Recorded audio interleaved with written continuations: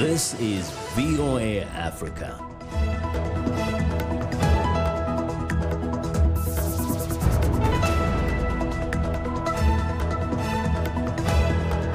Good evening, I'm Esther Githu-Ewart. It's Monday, December 30th. This is Africa 54. Sudanese protesters mark the one-year anniversary of the uprising against the rule of Omar al-Bashir with renewed calls for justice. Two Americans who packed up their lives in the U.S. and moved to Africa share their experiences. And we'll have the latest in sports, including South Sudan wheelchair basketball.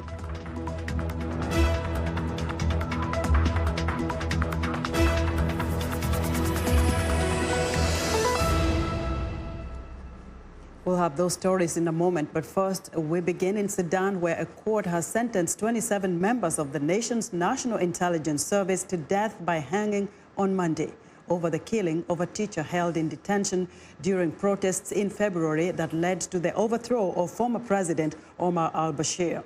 The death of teacher Ahmed al-Khair in the eastern town of Hashim al-Kirba became a rallying point during 16 weeks of protests against Bashir.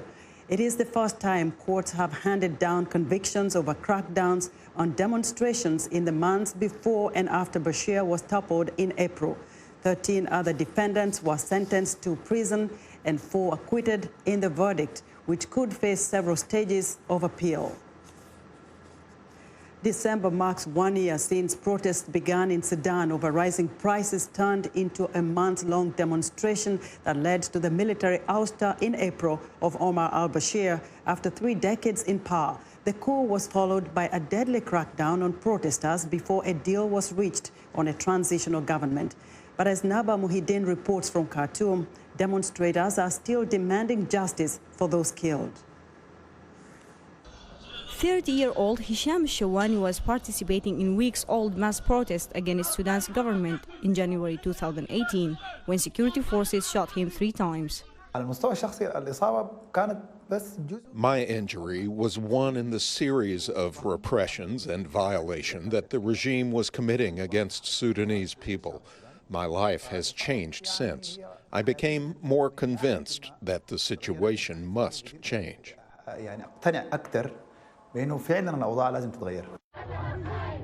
After months of widespread protest and sporadic clashes, Sudan's military in April ousted former President Omar al-Bashir from 3 decades in power.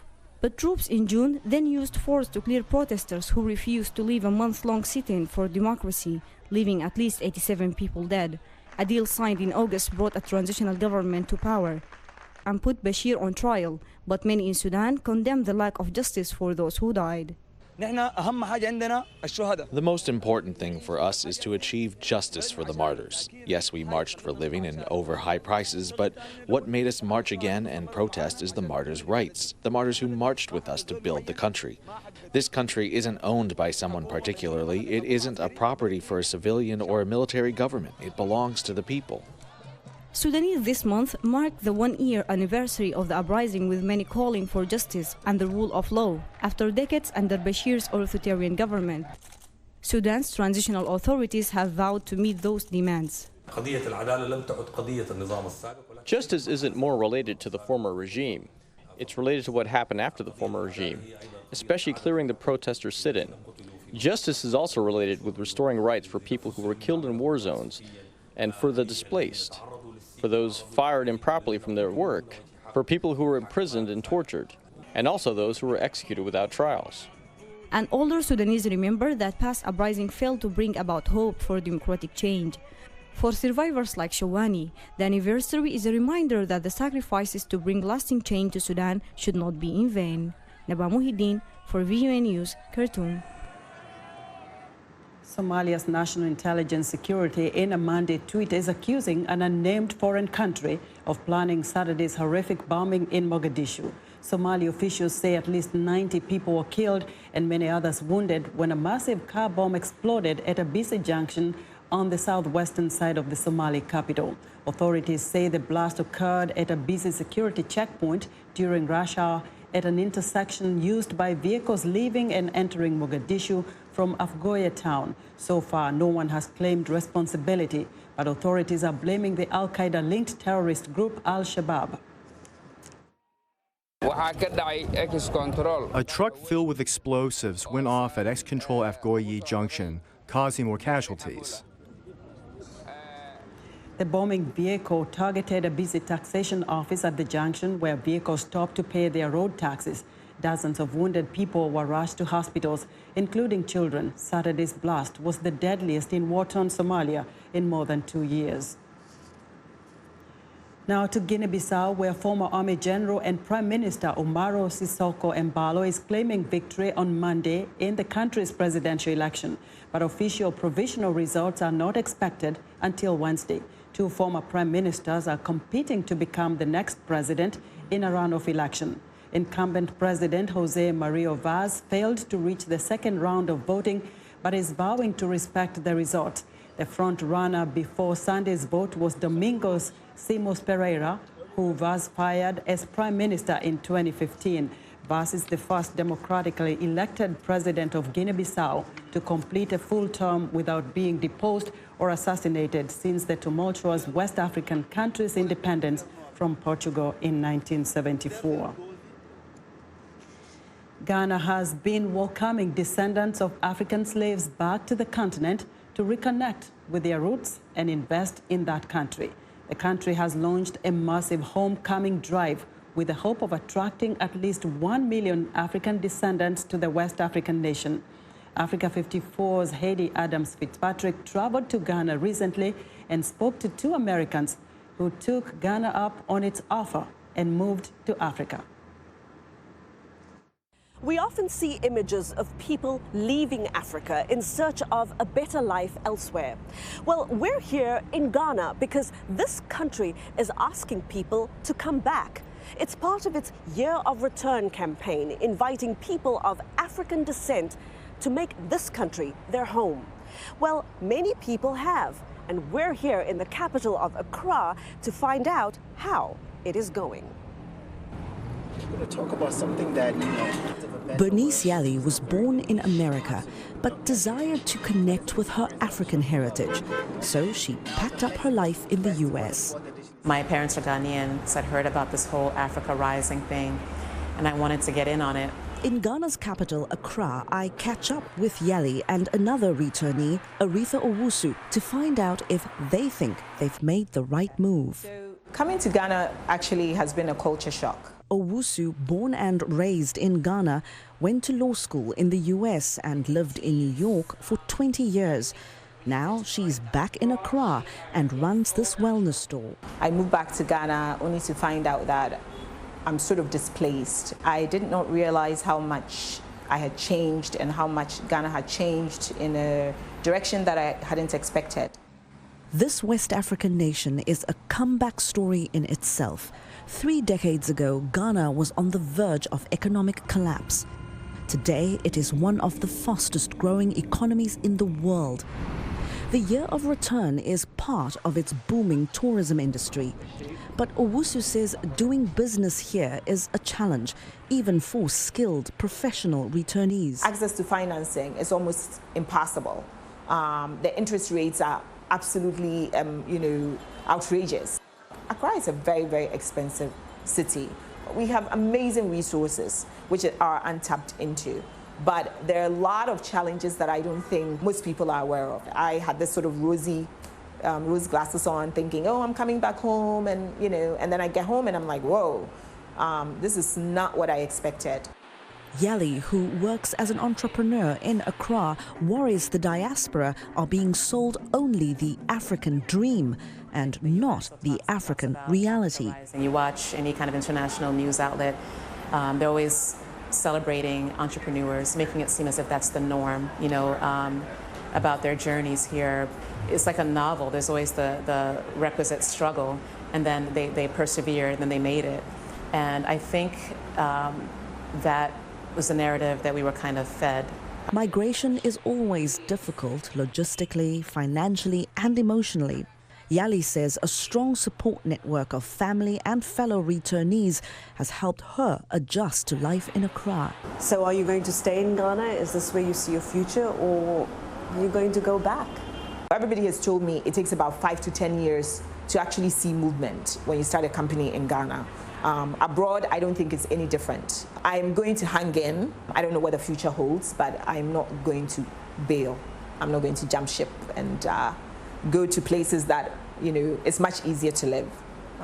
I've made the choice, yeah. I'm Ghanaian American, so I want to have a foot both in Ghana and the United States, so I'll stick around. Haiti Adams Fitzpatrick, VOA News, Accra. U.S. President Donald Trump campaigned on the promise of getting the United States out of what he calls never-ending wars. Yet, there are still about 200,000 American soldiers abroad and more troops in the Middle East now than when Trump took office. VOA White House correspondent Patsy Widakuswara looks back at the White House strategy in dealing with foreign conflicts and what may be coming in 2020. Unrest in northeastern Syria after President Donald Trump's abrupt withdrawal of U.S. forces in October left the region open to Turkey's anti-Kurdish offensive. Weeks later, a Pentagon report showed that the U.S. decision to withdraw has given the Islamic State terror group opportunity to rebuild. Our position in Syria is more fragile, more complicated now than it was before President Trump made the agreement with President Erdogan. Trump has relocated troops from Syria to Iraq, where there are now about 6,000 American soldiers. But he is leaving a few hundred behind to protect Syrian oil fields from an IS takeover. The caliphate has lost most of its territory in Iraq and Syria. However, terrorism and violent extremism is still a serious threat. Is there stability in the region that ensures we will not need to deploy forces or we don't face the risk of future military action? No. Yet the president often boasts he has succeeded in fighting IS and killing its leader Abu Bakr al-Baghdadi, including during his unannounced November visit to see troops in Afghanistan. 2,000 troops have been withdrawn from Afghanistan, with 12,000 remaining. Peace talks with the Taliban are ongoing. And we're going to stay until such time as we have a deal or we have total victory. And they want to make a deal very badly. Trump campaigned on taking a harder line against Iran and has been ratcheting up sanctions after scrapping the nuclear agreement. The president sent 3,000 troops to Saudi Arabia after a September attack on oil facilities that Riyadh blames on Iran. Months earlier, he vetoed bipartisan efforts in Congress to end Washington's support of Saudi's war in Yemen. Critics say the moves collectively do not add up to a clear foreign policy. We don't have a clear strategy for ending that conflict. So basically speaking, as you look at this region, those problems are quite severe, and we've compounded them by essentially taking a new stand on the West Bank and the Palestinian issue without coordinating it with our allies and without necessarily having brought any clear plan for peace. Meanwhile, the U.S. has 28,000 troops in South Korea to deter its neighbor. Trump's talks with Kim have failed to halt Pyongyang's missile tests, with officials promising a Christmas gift at the end of the year. Kim Jong-un is trying to get Trump's attention because he realizes the U.S. bureaucracy is much more wary of any kind of a compromise deal or negotiations than Trump himself. Roughly 200,000 American troops are deployed all over the world out of 1.3 million total armed service members. Patsy Widakuswara, VOA News at the White House. We're excited to hear what you think about Africa 54. Join the discussion on Facebook. The address is Africa 54. We're also streaming our broadcast live on Facebook. Please watch and share our show with your friends. Also check out our headlines 24/7 on voaafrica.com. Still to come, we'll take you to South Sudan, where the popularity of wheelchair basketball is rising. You're watching Africa 54. We'll be back in a flash.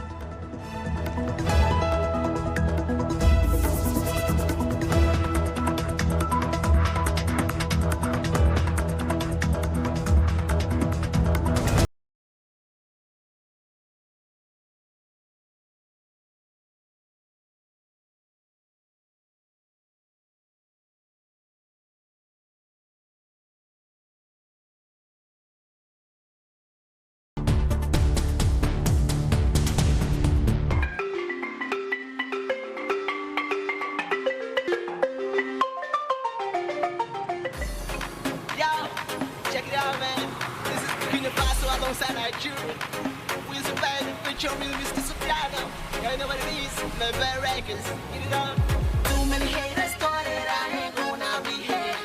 I'm ignoring the fake track in my pen.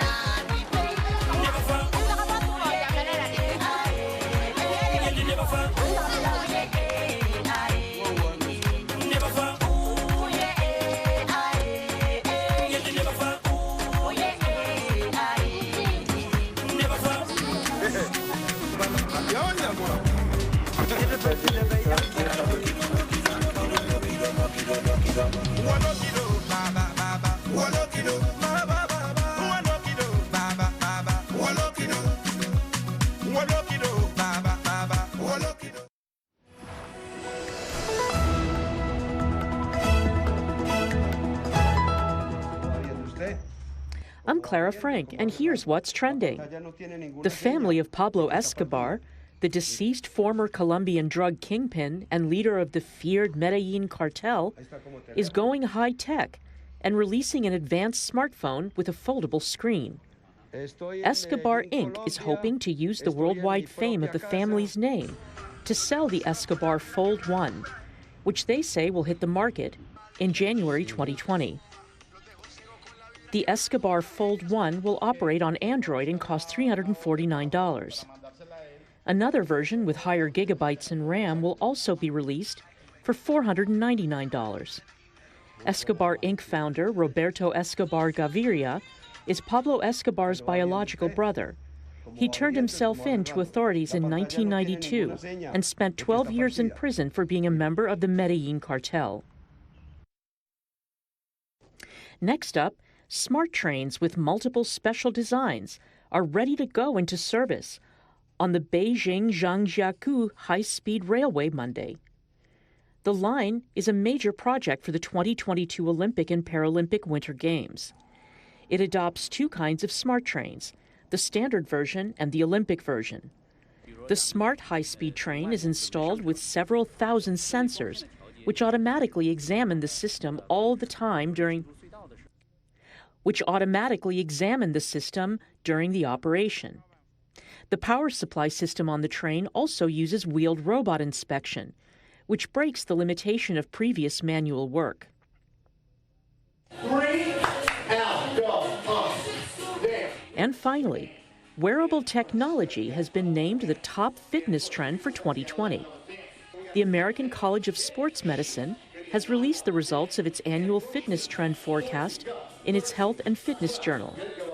Wearable tech includes fitness trackers, smart health watches, heart rate monitors, and GPS tracking devices. They monitor fitness and exercise, heart levels, and calorie consumption, while doubling up as phones, texting devices, and maps, plus more. And that's what's trending today. U.S. Representative John Lewis, the youngest and the last survivor of the Big Six civil rights activists, once led by the Reverend Martin Luther King Jr., has been diagnosed with advanced pancreatic cancer. A veteran Democratic congressman from the southern state of Georgia, Lewis, 79, has fought many struggles in his lifetime, but he says, quote, "I have never faced a fight quite like the one I have now." Lewis announced on Sunday that the cancer was detected in early December. As a civil rights activist at 25, Lewis was beaten so badly his skull was fractured, and the television images from an Alabama bridge in the 1960s forced a nation's awakening to racial discrimination. He was arrested at least 40 times in the civil rights era and several more times as a congressman since being elected in 1986. Recently, he has been rallying to help reunite immigrant families separated by the Trump administration. The White House says it would consider other tools beyond diplomacy if North Korea reignites tensions over its nuclear program by going ahead with a threatened Christmas gift. Pyongyang has imposed an end-of-year deadline for the United States to soften its stance on nuclear talks that have been stalled since February. Here's VOA's Arash Arabasadi.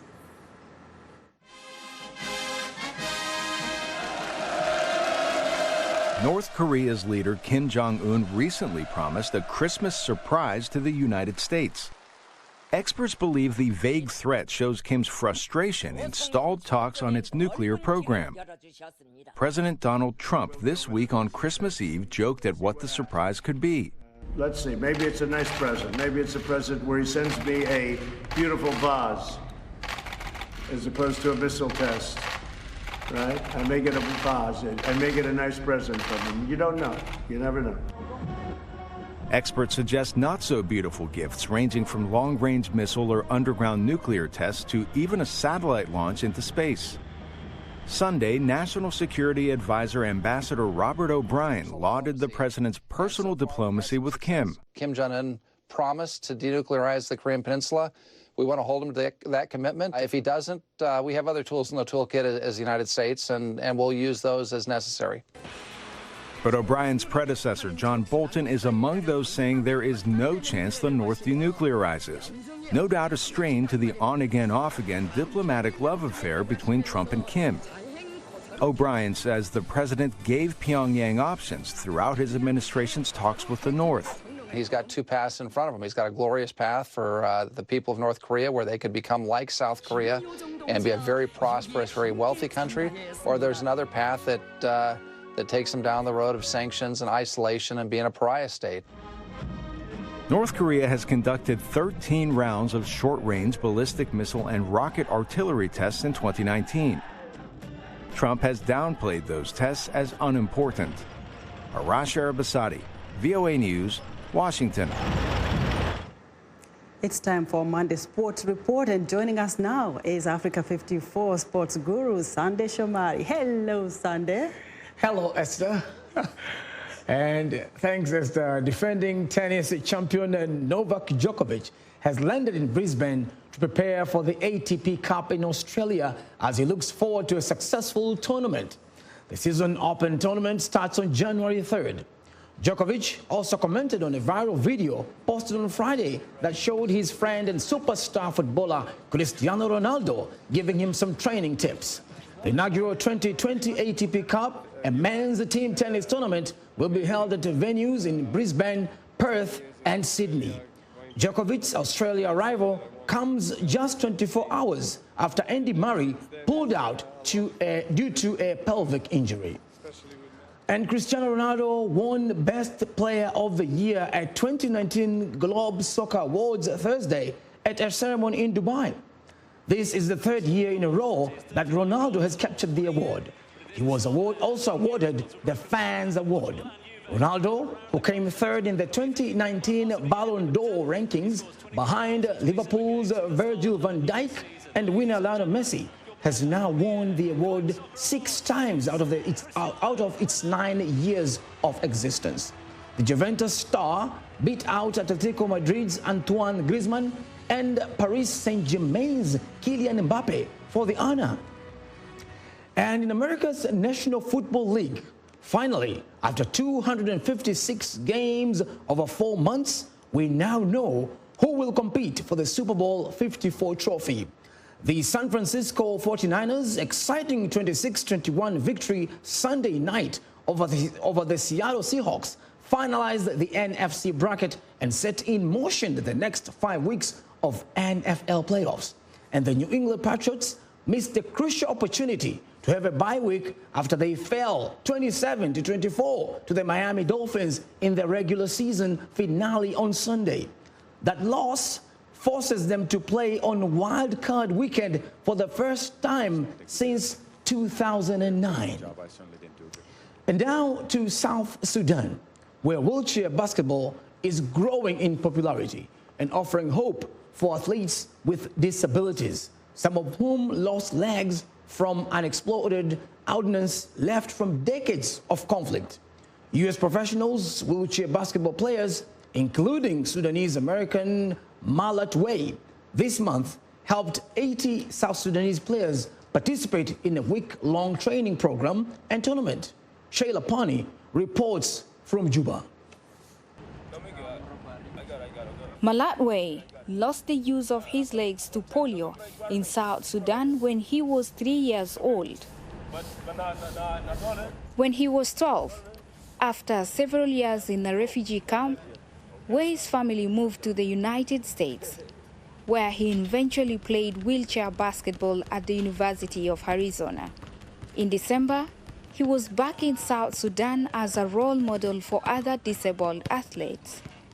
I went through the same time, the same situation that these athletes are going through. So, as a me coming back, it's a hope for them, saying that there's someone that actually care about us. Wei helped train 80 South Sudanese wheelchair basketball players for a two-day competition in Juba. The training is in its third year and was organized by the International Committee of the Red Cross and the South Sudan Wheelchair Basketball Association. Wei says the number of players has more than doubled, and this year, 15 women were included for the first time. For me as a person in a wheelchair, basketball has really made me feel that we can do something just like able-bodied people. Conflict and poverty in South Sudan have marginalized more than 1.2 million people with disabilities, including some who lost legs from unexploded ordnance left from decades of conflict. Disability and Inclusion Advisor for the ICRC, Jesse Mark, has trained wheelchair teams in Afghanistan, the Middle East, and South America. The aim is to revise negative perceptions of the disabled, he says. Once they start to have that confidence in themselves and they start to realize that maybe what they've always been told about what their place in society should be is not what their place in society should be. They should expect more from themselves and from the society around them. Wei says the training also brings together athletes from different, sometimes warring tribes to train and play as one country. Sheila Poni for VOA News, Juba. Thanks, Sheila. Great story from South Sudan. And that wraps our sports for today. Back to you, Esther. Sandy, see you again in 2020. Okay. Yeah. All right. Thanks, Sandy. Be sure to watch Sandy Shomari next Monday for another exciting sports report right here on Africa 54. And that's our show for today. Be sure to watch Africa 54 on our website at voaafrica.com. From all of us here in Washington, have a good evening.